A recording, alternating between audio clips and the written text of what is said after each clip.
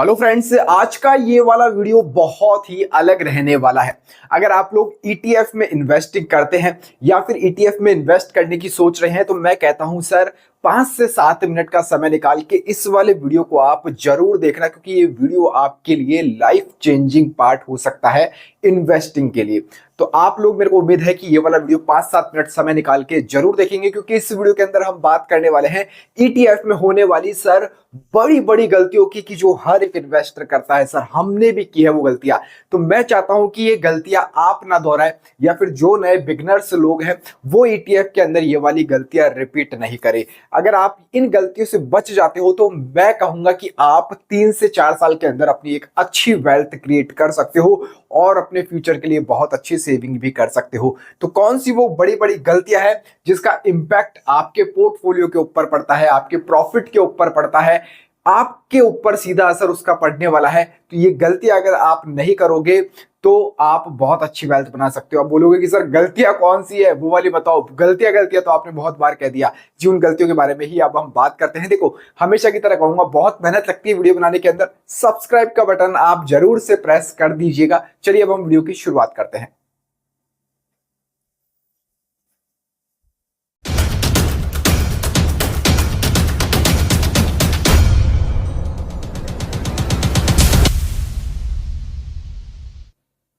देखिए, वीडियो कितना लंबा जा सकता है ये मैं नहीं कहूंगा, लेकिन हम इसके अंदर होने वाली 3 ही गलतियों की बात करेंगे। भैया ये 3 गलती आप बचा लोगे ना, बहुत अच्छी वेल्थ बना सकते हो। चलिए पहली मिस्टेक की हम बात करते हैं। ये जो गलती है ये होती है सर ईटीएफ खरीदते समय। ईटीएफ खरीदते समय बहुत से लोग, यानी मैं तो कहूंगा आंकड़ा 80% के आसपास का निकल कर आएगा कि 80% लोग गलती करते हैं। हमेशा कहा जाता है आप लोगों को सर बाय ऑन डिप करना है आपको, यानी आपको पता है आप जब भी स्टॉक्स बाय करने जाते हो ना, तो स्टॉक के अंदर तो चलते हुए स्टॉक को बाय करना चाहिए, या वो स्टॉक जब ठहरा हुआ है तब आपको बाइंग करनी चाहिए। लेकिन ईटीएफ के अंदर उल्टा है। ईटीएफ जब सर डाउन होगा तब बाय करना है। अब सवाल आता है कि कितना डाउन होने पर बाय करना है, या फिर बहुत से लोग क्या करते हैं, कहीं पर देख लिया कि ये बेस्ट ईटीएफ है 5, ये टॉप 10 ईटीएफ है, तो वो बाय कर लेते हैं। लेकिन बाय आप गलत समय के ऊपर कर लेते हो सर। बाय ऑन डिप की फैसिलिटी का आप फायदा नहीं उठाते हो। जब ईटीएफ सर 3% से लेकर 6% डाउन है, तब आपकी सर पहली बाइंग होनी चाहिए। एक बार में पूरा कैपिटल यूज नहीं लेना है सर, ये ध्यान रखना। मान लीजिए आपको 50,000 रुपए की बाइंग करनी है 50K की, तो आप अभी सर 6% डाउन हुआ है तो आप 25-30 हजार की बाइंग करें। पूरी 50,000 की एक बार में बाइंग ना करें। अच्छा, ईटीएफ के लिए बेस्ट पोर्टफोलियो के ऊपर मैं वीडियो बना चुका हूं, जाकर देख लेना, डिस्क्रिप्शन के अंदर भी लिंक डाल दूंगा। तो 3 से 6% ईटीएफ डाउन होगा तभी आपको बाइंग करनी है। इसका फायदा क्या होता है, डिप के ऊपर बाय करने का फायदा कैसे होगा बताऊंगा, अभी बताऊंगा। अब इसके बाद में अगर वो ईटीएफ 6% के आगे अगर गिरता है और गिरता है, वो 8 से सर 12% और डाउन जाता है, तो आप अगेन इसके अंदर उसी ईटीएफ के अंदर बाय कर लेते हैं। मान लीजिए कोई XYZ ईटीएफ है, XYZ ईटीएफ आज आपको 3 से 6% की गिरावट के ऊपर मिल रहा है। अब ये गिरावट आपको एक दिन की देखनी है, साथ में वीक की भी देखनी है। मान लीजिए कोई ईटीएफ पिछले 4-5 दिन से सर अच्छी रैली दे रहा है, 8-10% का रिटर्न दे दिया, अब उसके अंदर सेलिंग आ रही है, वो डाउन जा रहा है, मान लीजिए 2-3% आज गिरा है, तो आप फंस जाओगे। तो डे की भी आपको गिरावट देखनी है, वीक की भी आपको गिरावट देखनी है। तो 3 से 6% की गिरावट के बाद वो ईटीएफ बाय करना है। नेक्स्ट, अगर वो नहीं बढ़ता है थोड़ा सा आप वेट करिए। अच्छा, बाय करने के बाद लोगों को क्या लगता है कि सर कल की कल बढ़ जाए या 10 दिन में बढ़ जाए, ऐसा नहीं होता है। आपको इंतजार करना पड़ेगा सर, 1 महीना, 2 महीना, 3 महीना देना पड़ेगा। रिटर्न क्या जबरदस्त मिलते हैं। अब आप साइड में देखिए, मैं स्क्रीनशॉट आपको दिखाता हूं। टेलीग्राम पर अभी तक हमारे आप ज्वाइन नहीं है ना सर, ज्वाइन हो जाइए, फ्री ऑफ कॉस्ट, कोई पैसा नहीं लेते हैं। 1 महीने के अंदर सर हैंग सेंग बीज ईटीएफ ने कितना परसेंट रिटर्न दिया है सर, 14% का रिटर्न है सर। 1 महीने के अंदर 14% का रिटर्न है। अब आप दूसरा स्क्रीनशॉट देखिए, MON100 ईटीएफ का ये स्क्रीनशॉट है। टेलीग्राम के ऊपर 3 महीने पहले आपको बाइंग बताई गई थी 160 के आसपास, आज कहां है आप देख लीजिए सर, तकरीबन 24% का रिटर्न है 3 महीने के अंदर। बहुत बड़ी बात होती है सर, बहुत बड़ी बात होती है।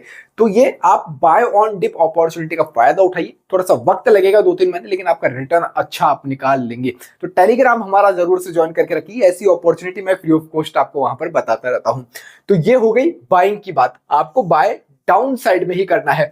जब 2-3 महीने हो जाएंगे वो अपर साइड में जाएगा, तो बहुत अच्छा बेनिफिट आपको उसके अंदर देखने को मिल सकता है।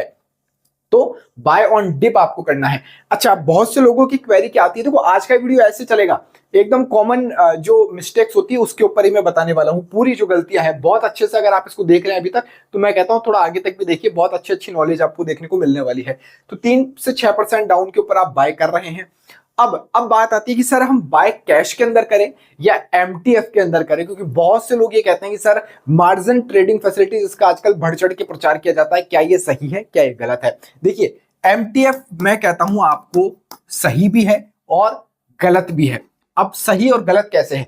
मान लीजिए हमने अभी एमटीएफ, देखो सबसे अच्छा तो एक पहले आपके पास में ब्रोकर ऐसा होना चाहिए जो लोएस्ट एमटीएफ इंटरेस्ट रेट लेता हो, क्योंकि आपको पता है आप एमटीएफ यूज करोगे, आप 10,000 की जगह 50,000 की बाइंग कर लोगे, यानी 10,000 रुपए देके 50,000 की ईटीएफ आप ले सकते हो बहुत इजीली एमटीएफ के थ्रू। लेकिन वो 40,000 के ऊपर भैया इंटरेस्ट लगता है। अब वो इंटरेस्ट आपको कितना हो सकता है? आपका 15%, 18% भी हो सकता है। तो लोएस्ट ब्रोकर सेलेक्ट करो, वो आपको लेमन आपको देता है 10% ईयरली इंटरेस्ट के ऊपर। लेमन के ऊपर आप अकाउंट ओपन कर सकते हो। डिस्क्रिप्शन और पिन कमेंट के अंदर मैं इसका लिंक डाल दूंगा। आपकी लोएस्ट ब्रोकरेज लगेगी तो ब्रोकरेज का पैसा बचाओगे। दूसरा, अगर एमटीएफ के ऊपर बाय करते हो तो आपको लोएस्ट एमटीएफ रेट देना पड़ेगा। तो डिस्क्रिप्शन पिन कमेंट के अंदर आपको लिंक मिल जाएगा। और यहाँ पर एनुअल मेंटेनेंस चार्जेस भी फ्री ऑफ कॉस्ट है भैया, कोई चार्जेस आपके एक्स्ट्रा नहीं लगते हैं, पूरी लाइफ टाइम जिंदगी भर नहीं लगने वाले हैं। तो अब एमटीएफ के ऊपर मान लो जैसे हमने हैंग सेंग के अंदर 14% का रिटर्न निकाला एक महीने के अंदर, आपने एमटीएफ के ऊपर ज्यादा क्वांटिटी बाय की होती, मान लीजिए आपने 1000 क्वांटिटी बाय की होती, लेकिन पैसा आपने 200 क्वांटिटी का ही दिया है, तो अब आपका यहां पे सालाना जो इंटरेस्ट लगता है वो 10% लगने वाला था। मान लो 10% आपका इंटरेस्ट लगने वाला था, लेकिन एक महीने के अंदर ही आपने यहां पर 14% का रिटर्न निकाल लिया। तो मैं कहता हूं यहां से अब महीने का कितना लगेगा यार? साल का 10% है तो महीने का कितना लगेगा? 1% मान लेते हैं, ज्यादा से ज्यादा ब्रोकरेज सहित मान लेते हैं 1% आपका लग गया। तो अब आपका जो प्रॉफिट है, मान लो आप 13% भी सर कम नहीं होता है। कहां आप 10,000 की क्वांटिटी बाय करते और यहां पर अब 50,000 की क्वांटिटी बाय कर रहे हैं, तो 13% का रिटर्न आप निकाल सकते हैं। ऐसे मान लीजिए MON100 24% रिटर्न 3 महीने में है, तो 3 महीने का आपने 3% इंटरेस्ट भी दिया, तो सर 21% का रिटर्न तो आपने निकाल लिया ना। तो यहां पर एमटीएफ सही है बाय ऑन डिप के अंदर अच्छी अपॉर्चुनिटी के साथ। अगर आप टेलीग्राम चैनल भी जुड़े हुए हो तो निकाल लोगे। एमटीएफ कब कराते हैं? मान लो आपने ईटीएफ बाय कर लिया, अब वो भैया 4 महीने से वहीं पर है, अब 4-5 महीने से वही है, तो आपको क्या इंटरेस्ट भी देना पड़ रहा है, आपका लॉस भी हो रहा है। तो वो चीज गलत भी है और सही भी है, दोनों तरफ से मैं पक्ष लेता हूं भैया, एमटीएफ का सही भी है गलत भी है। अब जो लोग जुड़े हुए हैं टेलीग्राम से, तो उन लोगों को तो ये सच्चाई मालूम होगी ही। अब बार बार टेलीग्राम बोल रहा हूं, अब नहीं बोलूंगा। तो बाय ऑन डिप खरीदते समय आपको ये चीज ध्यान में रखनी है कि आप बाय ऑन डिप ही करो, और बेस्ट ईटीएफ्स के ऊपर वीडियो है वो जाकर देख सकते हो। अब चलिए, अब दूसरी हमारा जो बड़ी मिस्टेक होती है वो होती है सर पोर्टफोलियो बनाते समय। ये वो गलतियां है, कॉमन मिस्टेक्स है, करते हैं लोग पोर्टफोलियो बनाते समय भी। अब क्या गलतियां करते हैं उसके बारे में मैं बात करता हूं कि गलतियां क्या होती है पोर्टफोलियो बनाते समय। अब देखिए, जब हम पोर्टफोलियो बनाएंगे ना, तो लोग ऐसे ईटीएफ ले लेते हैं सर, ऐसे ईटीएफ भर भर के डाल रखे हैं जिनकी कोई मतलब नहीं होता। वो सारे के सारे या तो सेक्टोरियल होंगे, या मान लीजिए निफ्टी 50 का एक ईटीएफ है निफ्टी 20, तो उससे मिलते जुलते 2-3 ईटीएफ आपने ले रखे होंगे। तो गाइस ऐसी गलती मत किया करो। आपका पोर्टफोलियो सर यहां से डाइवर्सिफाई होना चाहिए। यानी मान लीजिए आपने निफ्टी 20 ले रखा है, तो फिर आपको इसका दूसरा ईटीएफ नहीं लेना है। निफ्टी 50 को रिप्रेजेंट करता है, इस इंडेक्स को रिप्रेजेंट करता है, तो ऐसा आपको दोबारा नहीं लेना है। लाइक गोल्ड बीज आपने ले लिया है, तो गोल्ड के दूसरे ईटीएफ आपको नहीं लेने हैं, फिर आपको आपका पैसा उसी में जाना है। तो आप अपने पैसे को उस तरह से डाइवर्सिफाई करिए। निफ्टी 50 हो गया, फिर मिड लेवल हो गया, स्मॉल कैप हो गया, हैंगसेंग हो गया, MON100 हो गया, गोल्ड हो गया, सिल्वर हो गया। मतलब एक कैटेगरी का आपके पास में एक ही ईटीएफ होना चाहिए, ज्यादा ईटीएफ नहीं होने चाहिए। तो पोर्टफोलियो बनाते वक्त लोग सबसे बड़ी गलती ही यही कर देते हैं सर, इसका भी रेशियो बहुत ज्यादा है। अब बहुत से लोग मेरे को पोर्टफोलियो भेजते हैं ना अपना कि सर हमारा पोर्टफोलियो चेक करो। हमारा एक व्हाट्सएप नंबर भी है, व्हाट्सएप नंबर मैं यहाँ पर लिख दूंगा, या आपको हमारे टेलीग्राम चैनल के डिस्क्रिप्शन अबाउट में मिल जाएगा, तो आप लोग भी भेज सकते हो। तो वो जब मैं चेक करता हूँ तो मैं देखता हूँ बहुत बड़ी गलतियां यही होती है सर, एक ही जैसे सिमिलर ईटीएफ बहुत बार आपने बाय कर रखे होते हैं। अच्छा, अब पोर्टफोलियो आपने बना तो लिया, लेकिन लोगों से इंतजार नहीं होता है। कोई पोर्टफोलियो अगर 5% डाउन चला गया ना ETF कि सर निफ्टी बीच 5% डाउन है, क्या करें, बेच दे क्या इसको, हमारा तो लगातार लॉस हो रहा है, टेलीग्राम के ऊपर ही आपने बताया था ये वाला ETF बाय कर लो। अरे भैया बताया था, लेकिन हम भगवान थोड़ी है, कोई भी बताता हो, कोई भी वीडियो आप देखते हो तो अच्छा। अब जब डाउन जाता है ना, खरीदने के बाद पोर्टफोलियो के अंदर आपके डाउन दिखे, तो सर 5% ETF डाउन दिख रहा है ना, आप यहां पे एवरेज कर सकते हो, एवरेज आप मार सकते हो इस ETF को। 5% से ज्यादा ये डाउन आ चुका है, तो आपका कोई भी सिंगल ETF 5% से ज्यादा डाउन है ना, तो आप उसको सर एवरेज मार दो। एवरेज मार दोगे तो आपको बहुत अच्छा बेनिफिट बाद में देखने को मिलने वाला है, क्योंकि ETF के अंदर भैया लॉस नहीं होता है। ETF के अंदर लॉस नहीं होता, लोग खुद चला के लॉस करते हैं सर, खुद चला के लोग लॉस करते हैं, गलतियां करते हैं। तो यहां पर आप इसको एवरेज कर सकते हो 5% से ज्यादा गिरने के ऊपर। पहली बार अगर वापस से अगर ये 10% डाउन आ जाता है और तो आप और इसको दोबारा अगेन एवरेज कर सकते हो। इसलिए कहता हूं कैपिटल थोड़ी थोड़ी सी यूज में लो सर, एक बार में मत डालो। तो ये आपकी पोर्टफोलियो बनाते वक्त गलती होती है।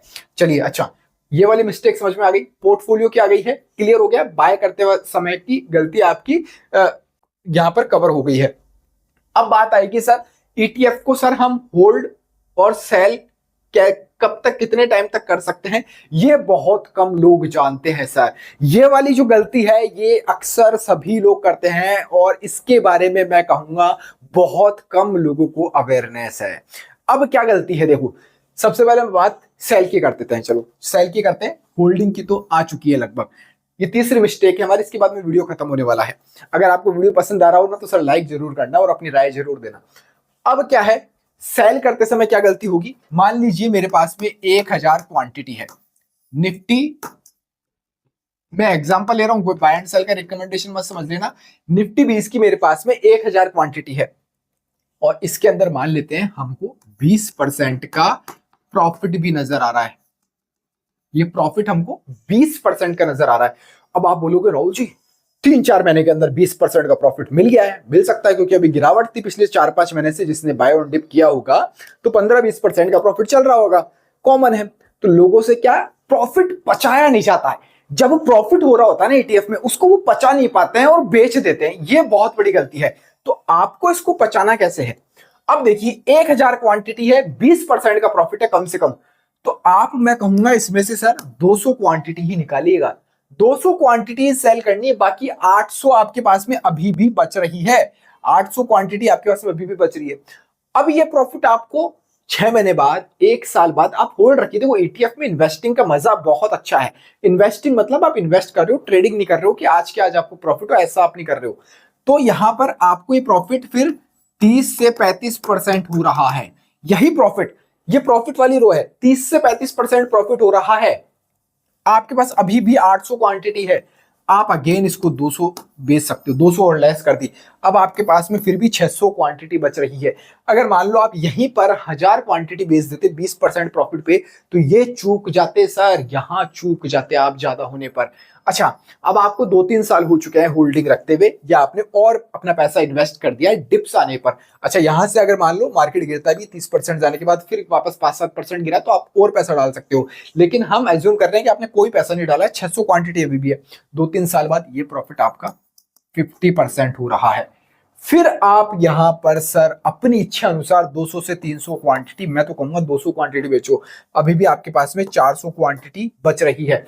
और शायद मेरा मानना है कि इतना प्रॉफिट आप बुक कर लोगे ना, तो आपका जो पैसा लगाया था ना आपने, वो आपके पैसे को आप फ्री कर चुके होंगे। मान लीजिए 1000 रुपए आपने लगाए हैं, 1 रुपए का निफ्टी वीजा, एग्जाम्पल के जरिए बता रहा हूं, मिलता नहीं है, अभी तो शायद 290 के आसपास पहुंच चुका है।